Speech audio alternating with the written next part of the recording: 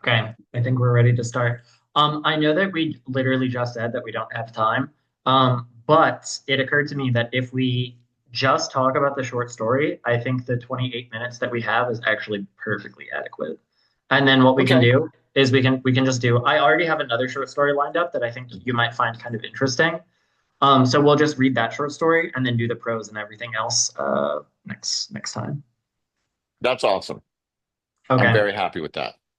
Perfect. So today is going to be a perfect day for banana fishing, right? That's what it's called. A perfect day for banana Yes. fishing. And I actually have a pretty distinct memory of reading this one when I was in high school and just like completely not really getting it. Just being like, this is fucking boring. I don't get it. I don't like it. What is even going on here? And then he just like shoots himself and I'm like, wow, that's crazy. So part of why I wanted to reread it is because I was very confident that there's more going on in this story than what I assumed based on when I was in high school. And yeah, And what did you find? I would say that there is in fact more that's going on here. I find basically there's a guy, right? And we kind of don't really know what's wrong with him.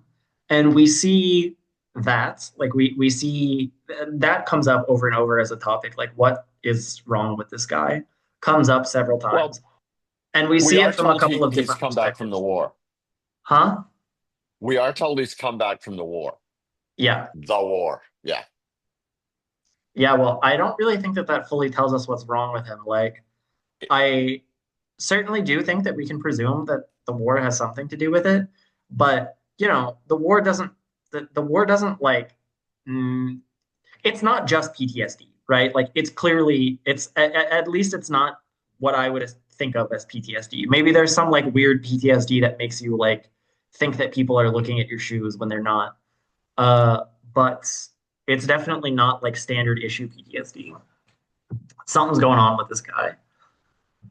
Um, I sort of thought in high school, like I read the long conversation between the fiance and her and the mother-in-law, and and I was like, wow, that was so boring. Maybe the next part would be interesting. And then it's another long conversation between him and this like random kid. And I'm like, wow, that's really boring too. I wonder what's next. And then he just randomly shoots himself, and I'm like, what? Okay. And I feel that um I don't know. I kind of wish this type of story came with like a warning that I feel like this story is much more interesting. It's kind of like the lottery actually, in that the story is actually way more interesting if you know how it ends. And that it's like it's not just that like having a spoiler for the story doesn't matter. It's that in many ways the story is better if you know that it ends in this particular way. Like imagine the lottery, but then they don't actually get around to the lottery. It would be so boring. And the problem, I've taught that to students, and the problem is that are they lack the reading comprehension to conceptualize that like this story is going somewhere and these details are important for some reason, and you're sort of in anticipation of what that is. No, to them, the description of all of this like random stuff is just a description of some random stuff. And I think this story maybe suffers from the same problem. Like high school me didn't understand that clearly these conversations are about this guy and that it's like going somewhere and you've got to like sort of piece together what that is. Um yeah, so I don't know if a story being one that high school students wouldn't really like to read is necessarily a flaw, but it certainly is a something I can see, something I can anticipate about this story. Like I thought about teaching it to my high school students, and I'm like, no, they're gonna see this boring conversation, and they're gonna see it precisely for what it is, but what it like secretly isn't, which is like a boring conversation. So, yeah, I see that. It's sort of like to teach this to high school students. I think like if I'm not I've ever been an English teacher except for a few months on uh, a sick leave cover. Um, but I think that the that this is a good um thing to pair with Francine prose because it would also be a good way to teach high school students about a more sophisticated way of reading Hmm. that begins with trusting the author to be going somewhere, trusting that there's going to be a delivery, whether you know that there's something there or not. And, part of that comes with context. This was, I believe, originally published in the New Yorker. And I believe it was published only a few years after the end of World War II in an environment where there was a lot of talk.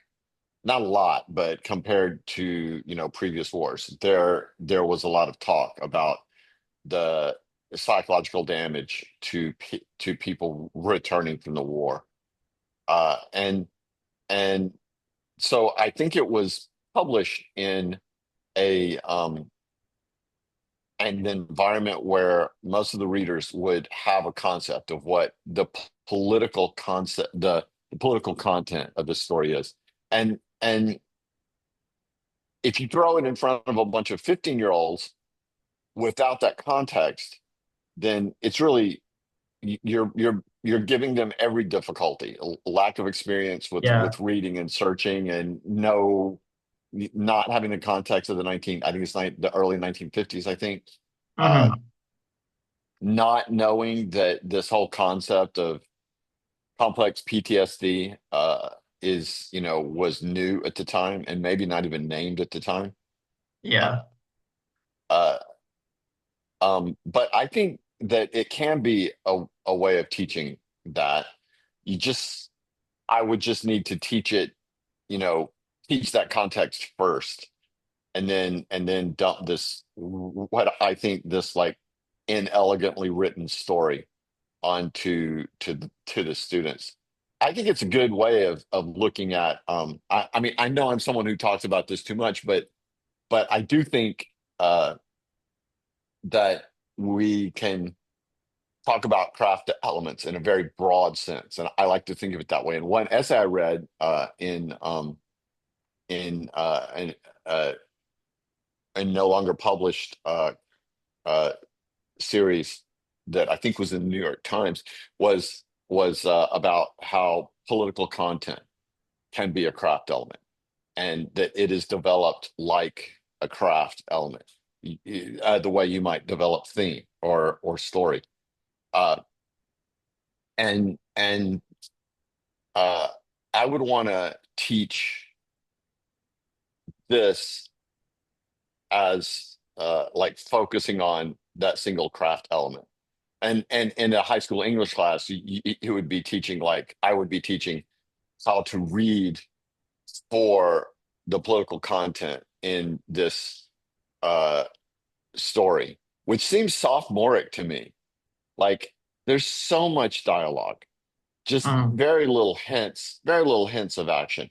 And you could say, and if I had to defend, I'm not crazy about silence, but What if I had exactly to, is the if political content? I'm a little bit so lost on that. so I think what it's saying is, I think the reason it would have been published in some of the, most prominent, maybe the most prominent platform for short stories at the time, uh in English anywhere in the world, uh uh is because it is a comment on the mental health of all these people who came back from these, horrible battles in Europe, all these Americans who came back from all these horrible battles in Europe with damage.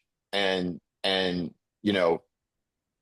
I agree that it's not PTSD, but it's what I think we now call complex PTSD, Hmm. where the effects of other traumas are brought in by by this more recent trauma, uh and it just becomes a lot more complicated thing to understand or to treat or to explore as from a creative perspective.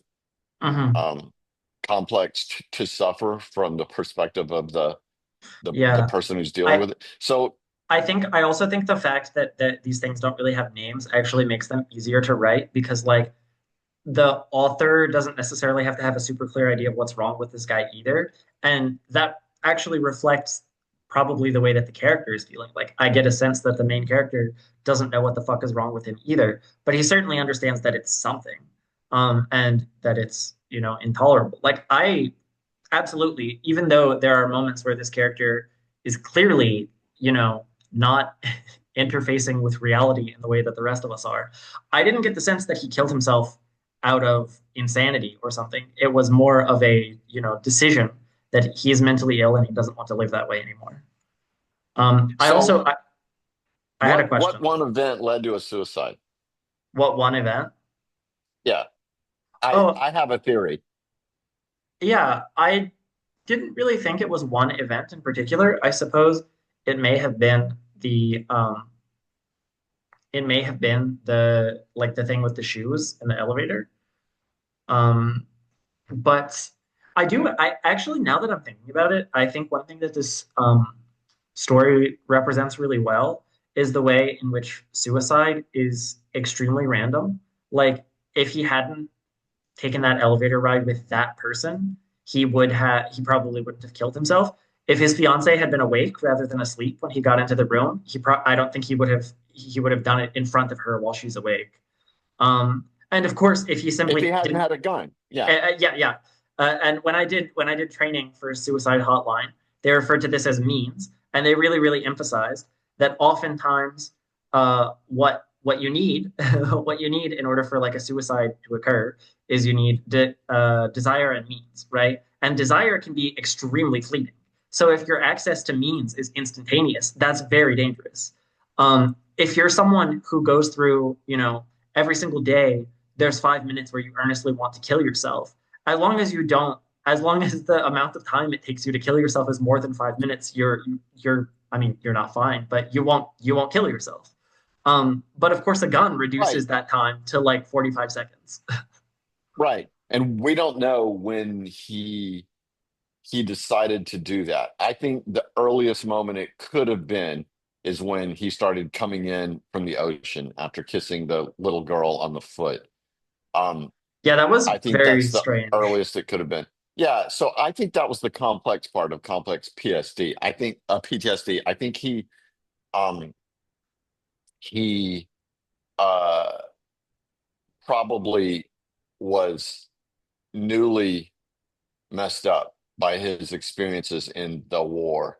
But Mhm. when he so this is just my reading of it, but when he experienced uh the complexity of how that trauma had brought out some other thing that may have happened to him when he was a child, and then he Mhm. saw himself start to manifest that with another child, uh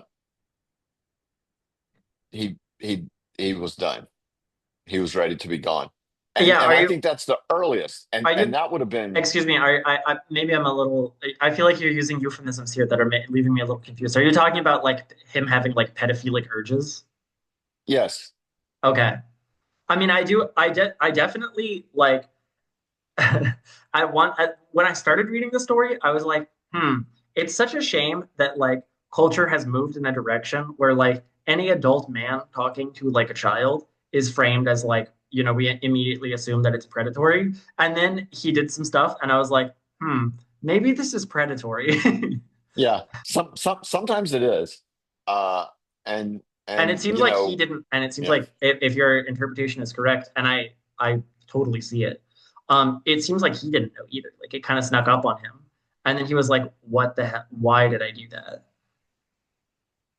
Well, yeah, and he that's certainly a valid interpretation. What I guess I projected into his mind was that's something that he had not become a part of his adult persona, and then all Hmm. of a sudden it was, and he couldn't stand that, and so he You mean, had. are you saying like that's the first time that he felt like sexual desire towards a child?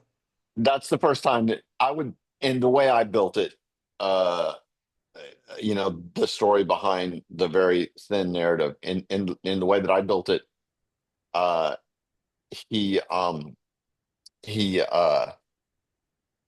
he probably, already knew all of the things that he knew, Hmm. except that he uh also knew, or believed he knew, that he was never going to act on any of those impulses.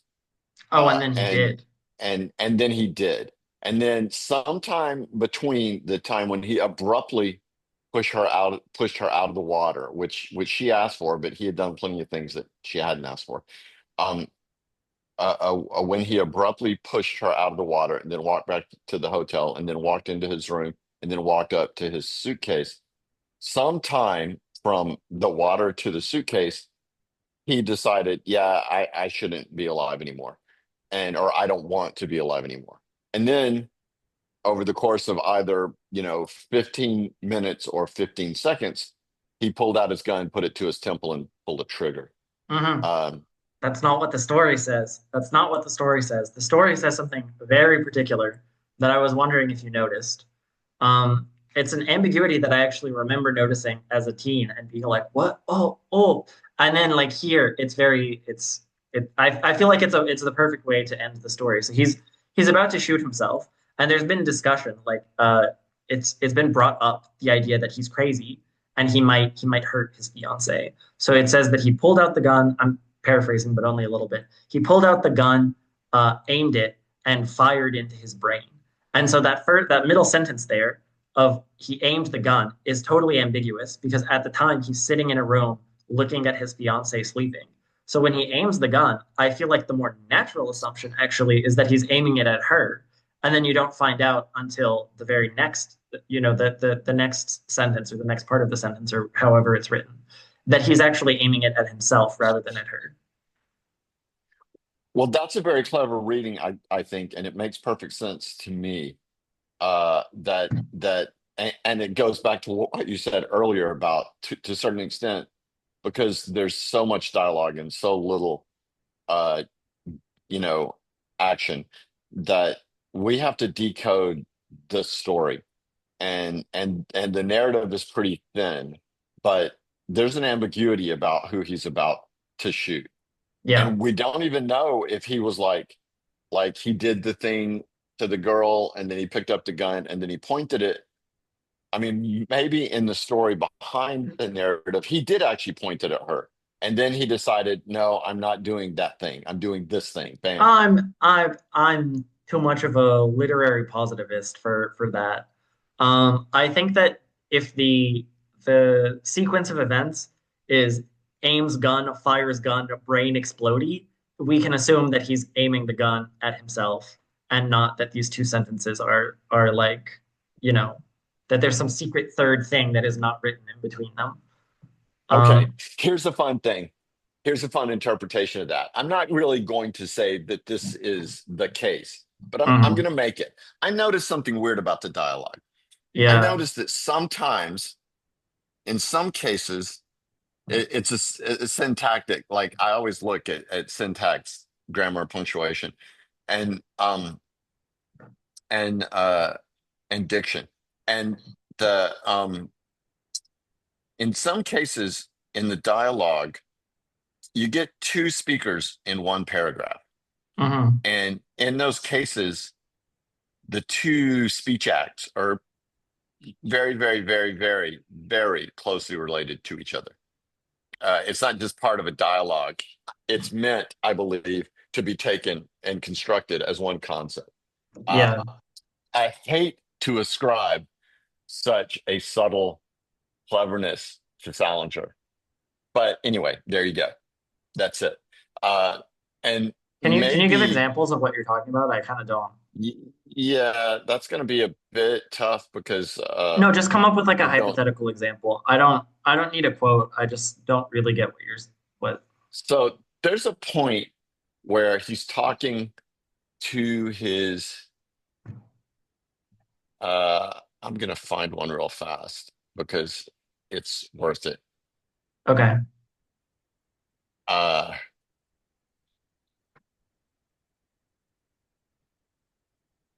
like there are plenty of, said the girl or the girl said, and then a second quote that is from the same. speaker, but there are some where it's not. Um, Yeah, that's interesting. I didn't pick up on that. I listened to this as a like an audiobook, so I feel like that doesn't really matter when so you're listening to a story. yeah, yeah. It's a different thing. It's a different beast. So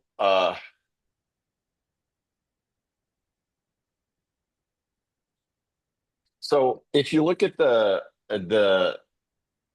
I'm always really interested in the difference between story and narrative as well, with the idea of story as being what happened, and the narrative is the way and order in which the story or the parts of the story that are revealed.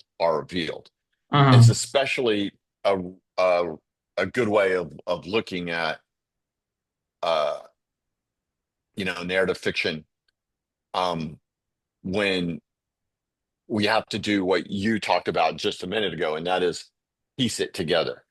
Uh, Hmm. I and think that I'm was you looking at. talking about it, actually. I think you brought up figuring out what happened, and then I like talked about it too much. But I'm looking at the final paragraph of the story right now, and Hmm. it is uh,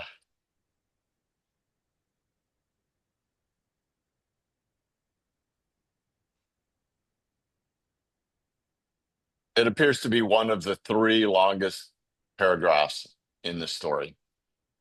Um, the other one being the other definitely longer one is the first paragraph of the story. Uh, and I think so. I'm going to read this last sentence. He went over and sat down on the unoccupied twin bed.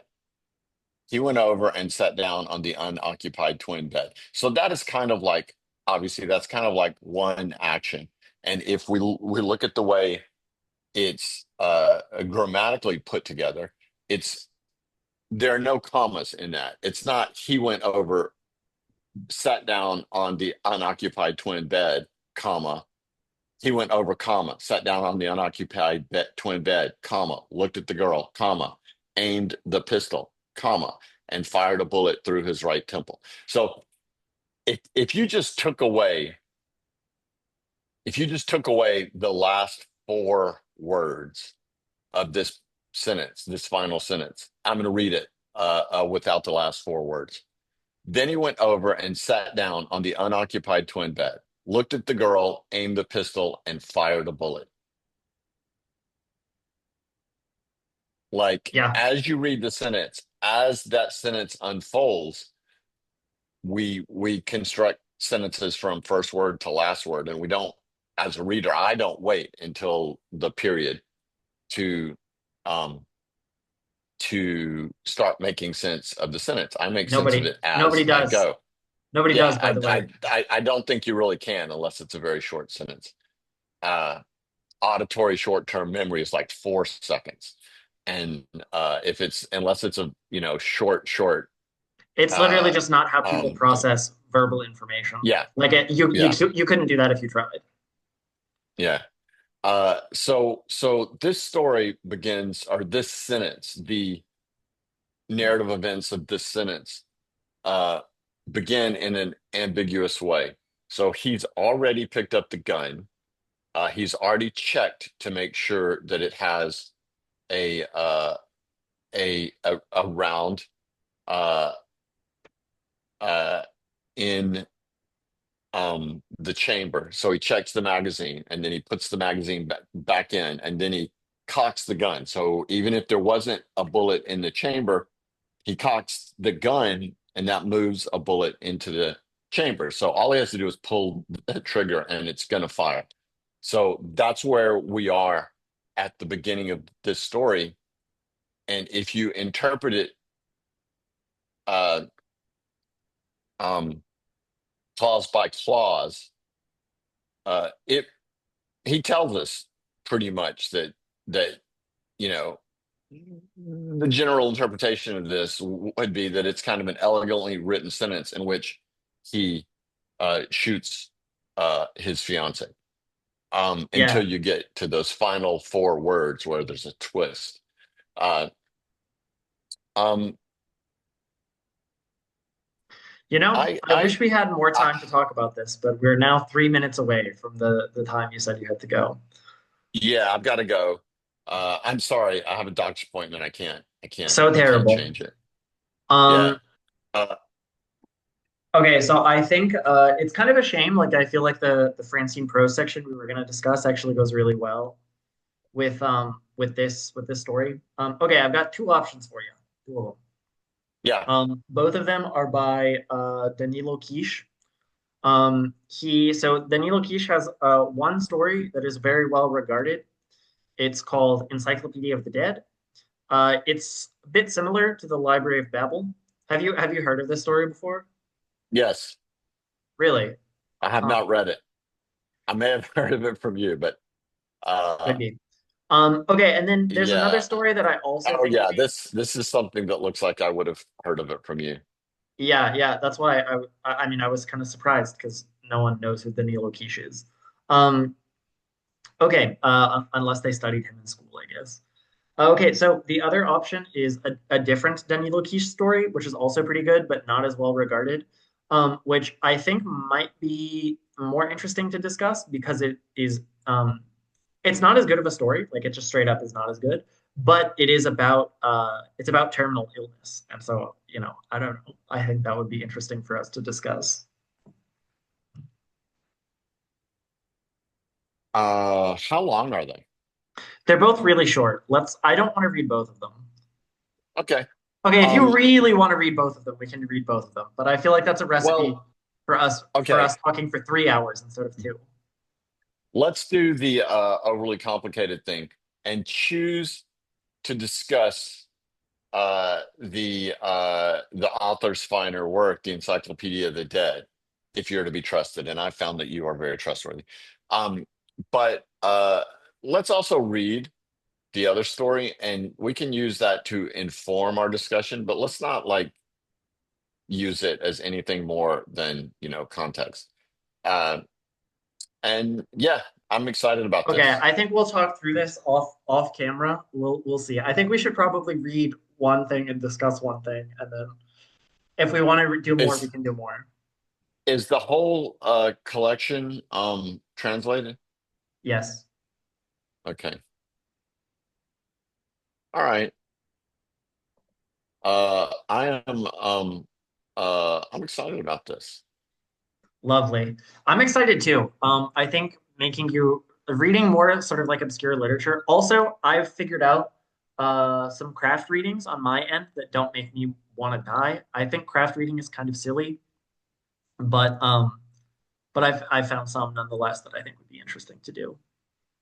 Well, the way we're doing craft reading, I think is good. We are both irreverent to the lessons, and I think uh you obviously much more so uh you're much more irreverent to the lessons than of the authors than I am. But I think it's good. I mean, most craft writing, at the very least, has something that we can learn from, even if it's like, here's why this sense of, whatever theme is wrong. And so I here's what I I've think you learned just about the I think you craft just of haven't theme. read as much of this garbage as I have. Like there's so much I haven't. there's so much craft reading that's like, hey, the same advice that ChatGPT would give you if you just said, teach me how to write a book? Well, what if I repackage that in a quirky and original way and it costs Yeah, that's $20? terrible. That suggests that you've read way too much of it.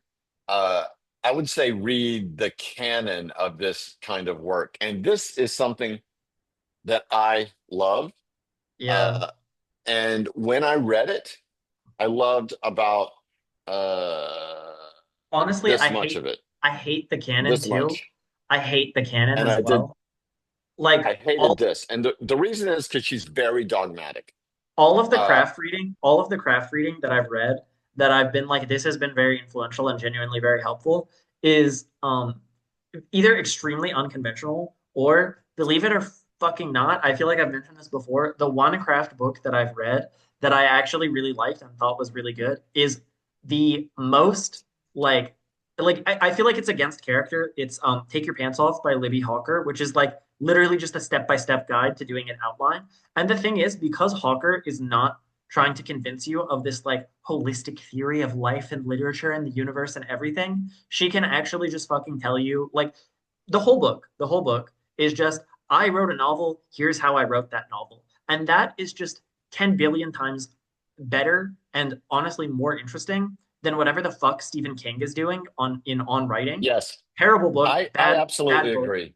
not helpful. I absolutely, yeah, not helpful or much less helpful. It's more of a study of Stephen King than of writing.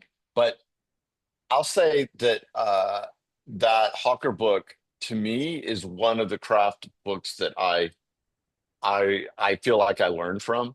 And a part Yeah. of why I learned from it is because you and I discussed it after we read it, and we talked about the role of theme in plot as you compose plot. Hmm. And and I found that to be really, really helpful. The discussion more than the reading, but the reading is what started the discussion. So I would say that the Hawker book was actually pretty important to me for two reasons.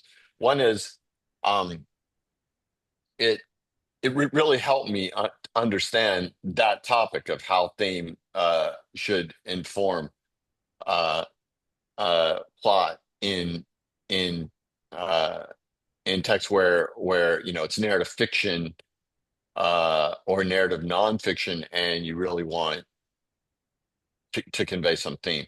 Um, but even more than that, it it helped me come to some more coherent sense of how do I think about craft elements, Hmm. uh, and in that way, the book has helped me more than even just the topic of the book. Um, God, I have so I fucking put much to it say way up about there. this, and I think we're just gonna have to say it later because we're already like over time, and Yeah, I don't want to make you late for your doctor's appointment. yeah. It Okay, takes me 20 minutes to get there, and I'm 20, and this has it's 20 been minutes until my this appointment. has been as of yet unnamed podcast episode number 3. Yes. And yep, that's it. Bye bye.